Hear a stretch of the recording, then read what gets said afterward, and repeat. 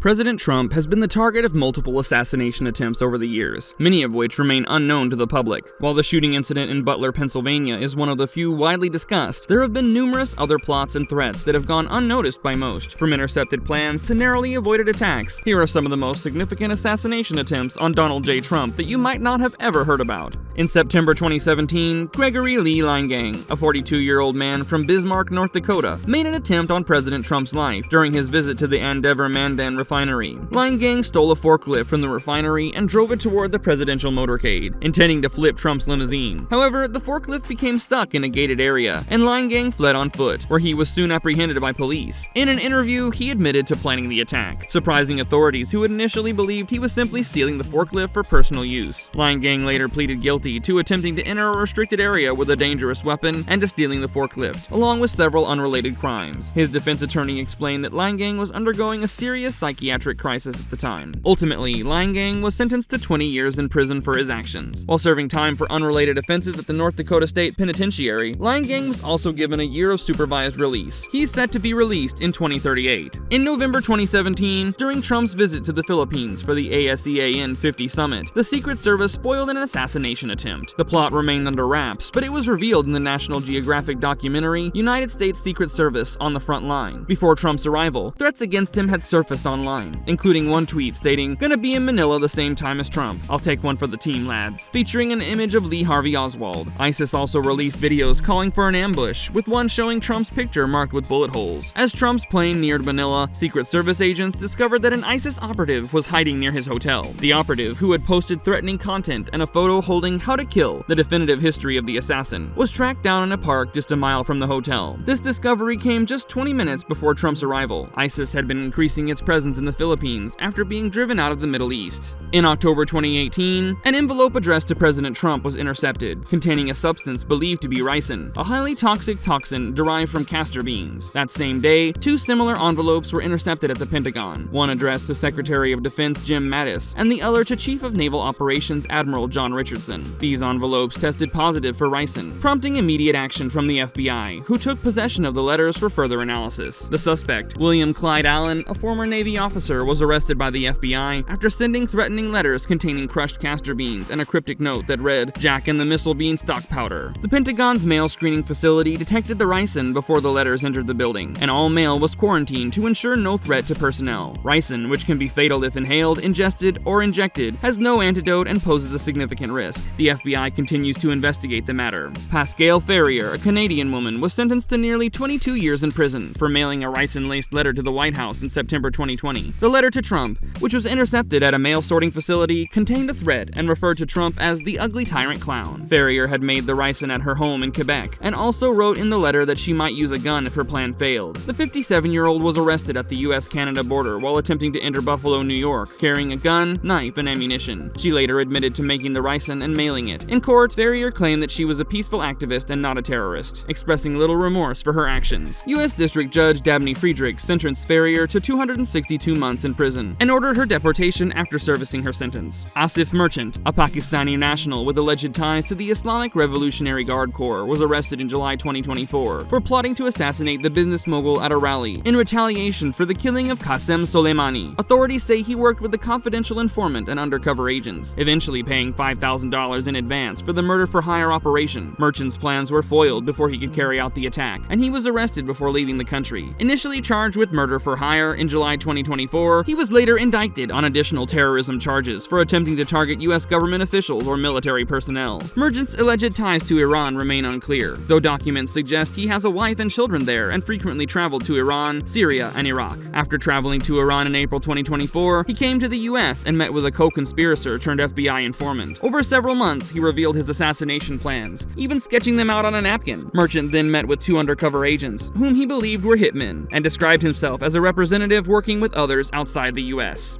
Assassination attempt at Trump International Golf Club. On September 15, 2024, Ryan Wesley Ruth was indicted for attempting to assassinate the 47th U.S. president at the Trump International Golf Club in West Palm Beach, Florida. Hiding in the underbrush along the fence line of the golf course, Ruth was caught in the act by a vigilant Secret Service agent who observed him aiming a rifle directly at President Trump. The agent immediately discharged his weapon towards Ruth, who then attempted to escape but was swiftly detained. Upon investigation, authorities uncovered an arsenal including an SKS semi-automatic rifle, a backpack containing armor plates, and documents that detailed Ruth's surveillance of Trump's movements. Additionally, a handwritten confession letter from Ruth was found, explicitly admitting to the assassination plot. The 58-year-old now faces severe charges, including the attempted assassination of a major presidential candidate, assaulting a federal officer, and possession of a firearm with an obliterated serial number. If convicted, he could be sentenced to life in prison. The investigation, bolstered by the efforts of the FBI and the U.S. Secret Service, disclosed that Ruth had been meticulously planning this attack over several months, closely monitoring Trump's scheduled appearances. The case has been taken up by the U.S. Attorney's Office for the Southern District of Florida for prosecution.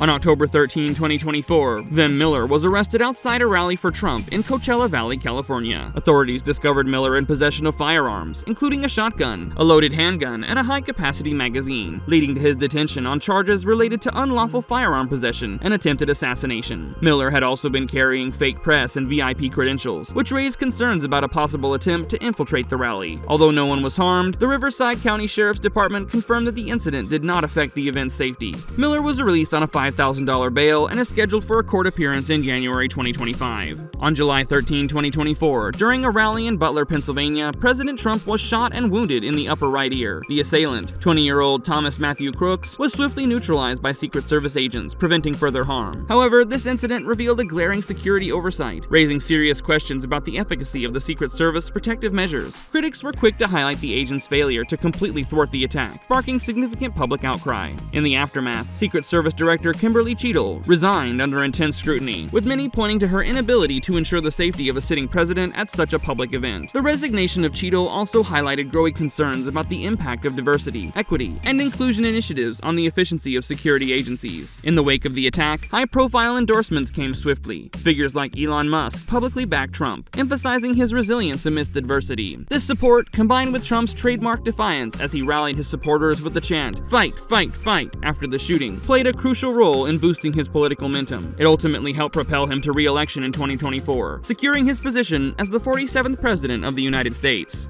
Thank you for watching our video. Don't forget to like, share, and comment. Subscribe to our channel for more great content.